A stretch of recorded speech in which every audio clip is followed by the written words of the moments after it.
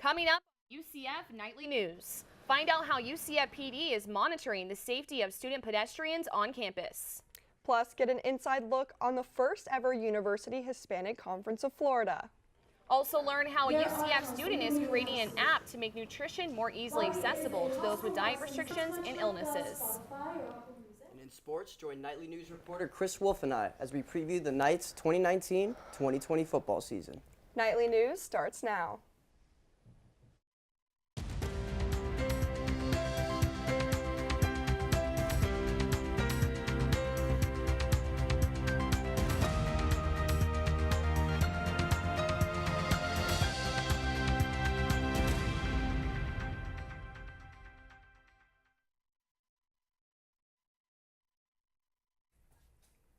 Good afternoon and welcome to Nightly News. I'm Emily Swinson. And I'm Amber Pellicone. Today is Friday, April 26, 2019. UCF's new Hispanic Serving Institution designation gives the school new opportunities. Interim President Thad Seymour shares how he plans to serve the Hispanic community. Seymour says he is strongly committing to recruiting for a more diverse faculty. UCF became a Hispanic Serving Institution in February of this year. HSIs must have at least 25% of their student body identify as Latinx. UCF has over 27% of Hispanic students on campus. However, only 7.1% of the faculty at UCF are Hispanic. The long-term interim president says this is an important area of focus for the school. So that we can bring even greater focus to recruiting efforts of faculty and staff. To more equally match. I don't know exactly what it will look like in the several years ahead, but it should reflect more our student population. Seymour says that out of the almost 500 HSIs across the country, UCF is the 6th largest. UCF plans to hire a new vice president for diversity and inclusion. UCF's Puerto Rico Research Hub invited researchers and scholars from across the country to discuss Puerto Rican research. UCF Nightly News reporter Nicole Gonzalez joined in on the summit to learn more about their efforts. The Puerto Rico Research Hub brought organizations together at the Fairwinds Alumni Center to host the Puerto Rican Studies Research Summit. Puerto Rico Research Hub Director Fernando Rivera says it's important to see how these organizations provide services to the Puerto Rican community outside of the island. The issues that are affecting Puerto Ricans are not exclusive to Puerto Ricans. They're exclusive to the Puerto Rican population here in Central Florida, and it affects all of us. Puerto Rican researchers are working together to understand how this affects all Puerto Ricans. Inviting researchers and scholars to the summit promotes conversation and guidance because attendees could look aside from the pamphlets and actually get to ask right in front of their eyes to see what people had to say when it came to Puerto Rican research. Center for Puerto Rican Studies Director Edwin Melendez says it's important for them to work alongside UCF. Just collaborating to consult with the community, to engage the researchers, to have a dialogue as to what are the priorities for the community here. Puerto Rican researchers and scholars coming together showcases how the island continues to recover and how it affects Puerto Ricans living in Central Florida. Reporting in Orlando, Nicole Gonzalez, UCF Nightly News. The Puerto Rico Research Hub will continue shining a light on the Puerto Rican community in Central Florida. UCF students and faculty interested in learning more about the initiative can visit the Research Hub at the Barbara Ying Center on campus. As the semester is coming to an end, UCF PD is reminding students of campus road rules. UCF PD sent out a reminder on social media to remind drivers to stop at campus crosswalks for pedestrians. UCF installed new road signs on campus in February to increase pedestrian safety. The reminder was released as street cameras show numerous students driving through the crosswalk without stopping. Some students have come close to getting hit by drivers. Kimberly Swaby says she still worries for her safety even after the signs were implemented. I noticed some new crosswalk signs on campus probably a few months ago, but even while I'm walking to class, I still feel a little unsafe because you're never sure if a car will actually stop. UCF plans to continue to enforce strict crosswalk regulations to protect students and faculty while they're on campus. Drivers are urged to completely stop at every crosswalk when pedestrians are waiting to cross. Downtown UCF and Valencia students can now ride the Sunrail for free starting in August. This new partnership with Sunrail gives an additional transportation option to the 8,000 students, faculty, and staff planning on attending the downtown campus opening this August. Students and faculty will be able to pick up their passes from UCF parking services in late July. Faculty and staff will be able to use this offer starting August 1st, and students can begin using their passes once classes start on August 26th. Passes can be used through the month of September. 8,000 students and faculty from the combination of Valencia and UCF down at this downtown campus. We thought, what an incredible opportunity to, provide ridership and some service to the folks there. Beginning in August, students and staff will also have the opportunity to get a free transfer ticket to the Lynx bus system. Florida recently hosted the first ever Puerto Rican Student Association Conference. UCF gathered with other universities in Florida to learn new ideas to bring back to the UCF community. Nightly News found out just what is next for PRSA and its students at UCF. We believe that we want to engage anything and everyone that we can in this movement. The Puerto Rican Student Association at UCF gathered in the Barbara Yang Center on campus to collaborate with other universities across Florida. Several public Florida universities were in attendance. The representatives from each of the student associations showcased what work they were doing to help Puerto Rican students get involved on campus. They also showed how they are helping with relief after Hurricane Maria. Jennifer Tirado, the president of PRSA at UCF, says she's enjoyed hearing other leaders' insights on what they are doing to help their students. Gather information from other organizations, what other organizations are doing, what can we take from them and help each other grow. Jose Rivera, the executive director of the National Puerto Rican Student Coalition at UCF, says he hopes Puerto Rican students on campus will benefit from this conference. Well, it's a pretty big deal because when Hurricane Maria impacted Puerto Rico and we had a lot of displaced students coming to the state of Florida. Rivera also says it was great to learn what other universities are doing in Florida and to help them learn new ideas to help their students as well. In Orlando, Emily Swinson, UCF Nightly News. Now, Rivera also told me that he hopes that this will not be the last time that all of the Puerto Rican associations across Florida learn about each other's organizations within their universities. UCF students had a unique opportunity to interact with judges and attorneys during real appellate court proceedings. The Department of Legal Studies hosted the 5th District Court of Appeals in the Student Union Key West Ballroom.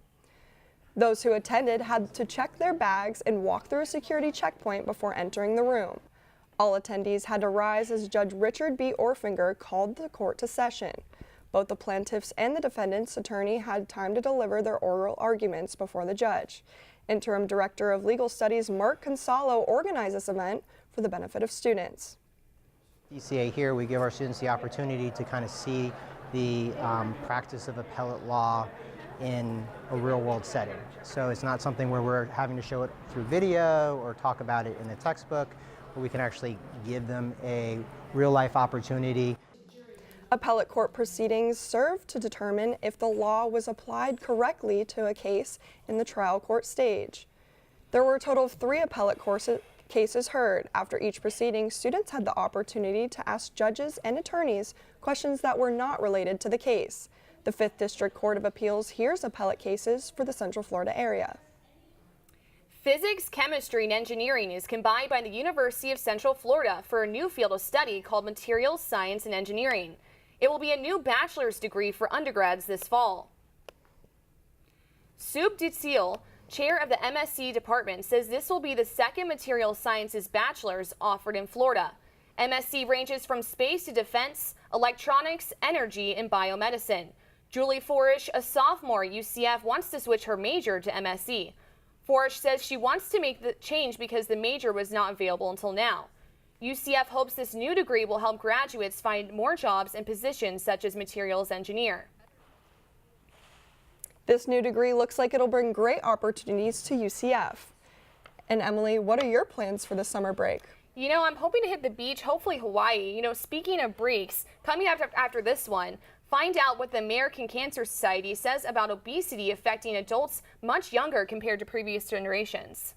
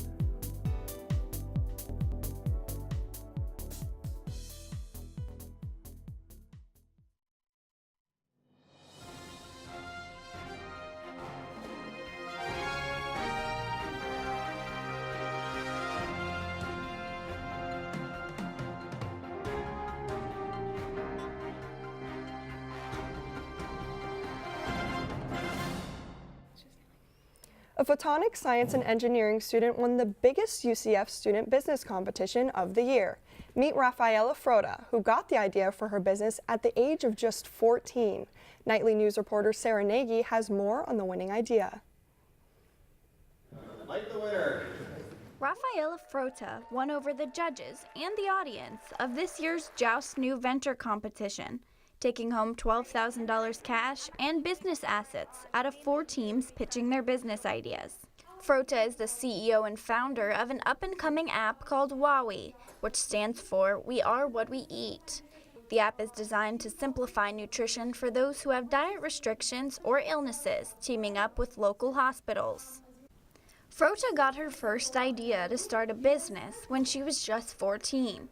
And then she got in contact with a CEO from Silicon Valley who gave her advice. He told me 3 things. He said, find out all you can about the startup world because it's a totally new world.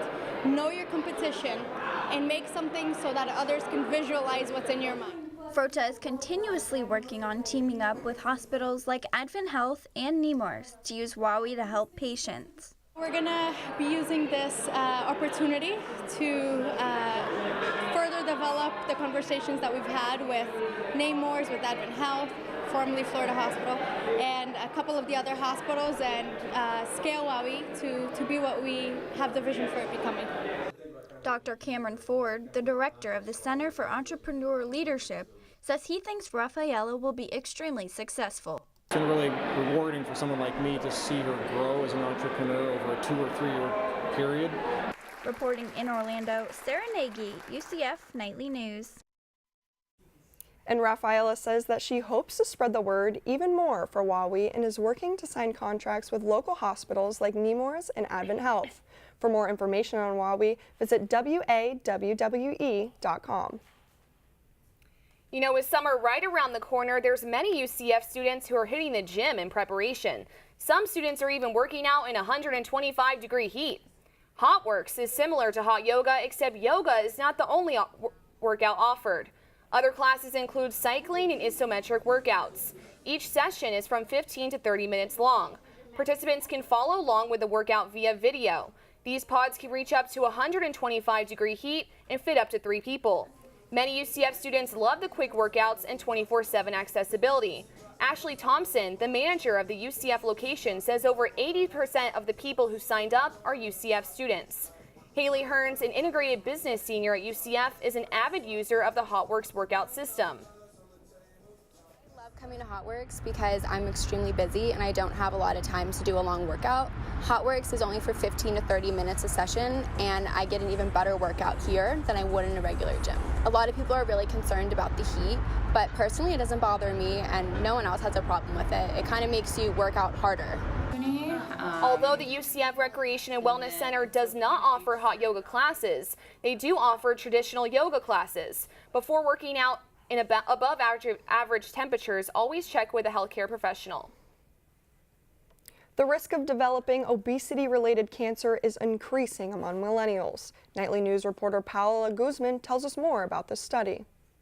Millennials are on their way to becoming the heaviest generation on record. The American Cancer Society says younger adults experience an earlier exposure to excess body weight than previous generations. UCF graduate Rebecca Kennedy struggled with obesity since she was very young. Kennedy says she was too focused on her classes and she would constantly overeat junk food. I went to a doctor's appointment. It was a regular checkup, and I started talking to the doctor, and he started to talk to me about my weight, and he told me, like, your weight is a serious issue.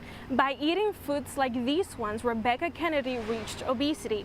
It's been proven that eating too much of these types of foods may increase malicious diseases like certain types of cancer, diabetes, or heart problems. Registered dietitian Jacqueline Nineheis says the lack of a balanced diet is how people start having health issues. But when we eat them every day, it becomes a problem. And obesity affects like 2/3 of our population right now. And because of obesity, we have an increased risk of so many preventable diseases. The study also indicates the lack of exercise and a healthy diet increases the chances of people experiencing obesity. In Orlando, Paola Guzman, UCF Nightly News. The American Cancer Society reports that further studies are needed to find specific reasons responsible for obesity-related cancers. However, the association recommends people to make healthier choices to prevent future diseases. So, Emily, did you know that millennials are genuinely more obese than any other generation? You know, after hearing that study, it definitely makes me want to eat a few more salads. Yeah, I think I'll have a salad for lunch. But coming up next on UCF Nightly News, hurricane season runs from June 1st to November 30th every year. Find out the best way to prepare for the upcoming season. And join me as I discuss what the tropics will look like in 2019.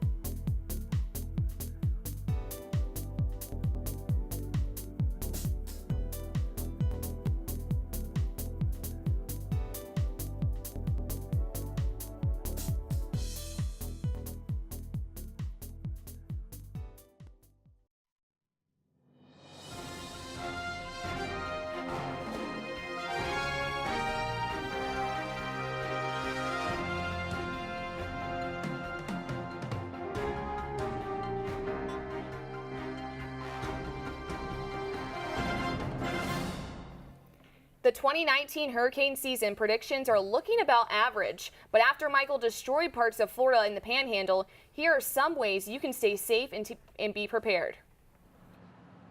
Director of the Emergency Management and Homeland Security Program, says to always have a Plan A and Plan B, and to be prepared year-round. The National Hurricane Center says this year's predictions are about average, but Claire Knox emphasizes that the weather can still be very unpredictable. They should do. So I guess the gift of the last 3 hurricane seasons is that we have experienced it, and so hopefully people take it more seriously. Knox says your hurricane kit should have enough for you and your pets or dependents to have at least for 72 hours. The National Hurricane Center's Hurricane Preparedness Week starts May 5th and ends May 11th. For more information, visit their website. April 22nd marks the annual Earth Day celebration. EarthDay.org says this day marks the anniversary of the modern environmental movement that started in 1970. Gaylord Nelson, founder of Earth Day, proposed the idea to raise awareness about environmental problems. Earth Day contributed to the passage of Clean Water Air Act, the Water Quality Improvement Act, the Endangered Species Act, and the several other environmental laws. Earth Day Network is planning a great global cleanup in different cities around the U.S. Earth Day 2019 aims to inspire volunteerism and to achieve real impacts on our waste and environments. You know, Amber, I remember last hurricane season when Irma hit, I had to go to Jacksonville with family. Hopefully this season it won't be as bad. Yeah, I had a tough time too. Let's see what nightly news reporter Milan Martinez has on the upcoming hurricane season. Thanks so much, you guys, and happy Friday. Let's take a look at the tropics. So last year's hurricane season was pretty busy with Michael, so let me just summarize it up real quick for you. It was the 4th strongest hurricane to hit the U.S. and the strongest hurricane to hit the Panhandle. But let's look at this year's averages, which is looking to be about 13, with an average of 5 hurricanes and an average of 2 hurricanes that are going to be a Category 3 or higher. Hurricane season starts June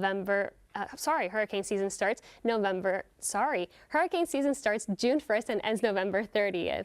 Let's keep in mind that we need to be stocked up on water and non-perishables just in time for the start of the season. And now let's go back to Emily and Amber at the desk. Thanks, Milan.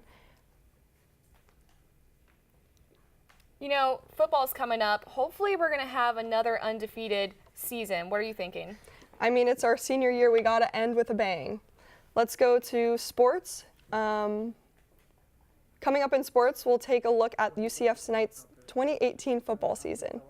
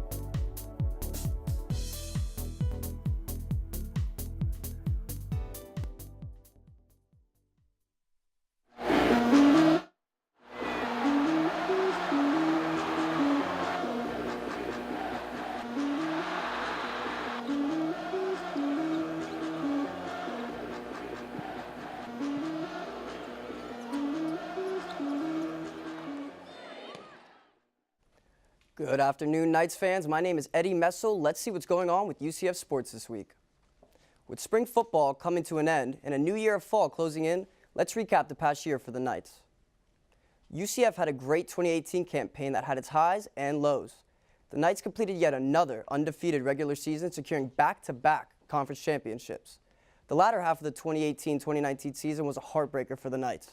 They lost potential Heisman quarterback candidate Mackenzie Milton to a horrific leg injury in the game before the American Conference Championship against USF. UCF also lost a few key players in the Fiesta Bowl, but Coach Josh Heupel is still excited for the year to come. And as much as anything, a great trust between coaches and players of buying into the process that we're trying to go through to become the team that we're capable of being. With new additions at the quarterback and big recruits, the Knights look to complete another undefeated season. UCF will start camp in early August to prepare for their first game against Florida A&M on August 29th. With the quarterback situation still being uncertain for UCF, there's still a lot of positives and new acquisitions to be excited about for this upcoming year. Here to help preview the 2019-2020 seasons for the Knights is Nightly News reporter Chris Wolf. Thanks, Eddie. The running back committee for the Knights this season is going to be as deep as ever with the acquisitions of Trillian Coles and Batavius Thompson. Coles did not play much last year, and Batavius Thompson was very limited. He only had 150 yards rushing, but I think they will help a backfield that has a lot of returning starters. Yeah, it's definitely going to be a big acquisition for the guys there right now. The other thing we want to talk about is the loss on special teams. We lose punter Mac Loudermilk and kicker Matty Wright. Let's talk about that a little bit. What's special teams going to look like this year? Dylan Barnes was really streaky in the spring game. He was 1 of 2 on field goals. He did hit a 20-yard field goal, but he also missed from 40. And the punter situation, it was pretty solid, but they have all summer and all fall to get it straight for the next season. All right, thanks, Chris. That's all we got time for today. We're going to toss back to the desk to Amber and Emily. All right, guys, thanks for joining us, and that's all the time we have for today. Remember, you can always tune in to our YouTube channel at UCF Nightly News. I'm Amber Pellicone. Thanks for joining us. Have a great day.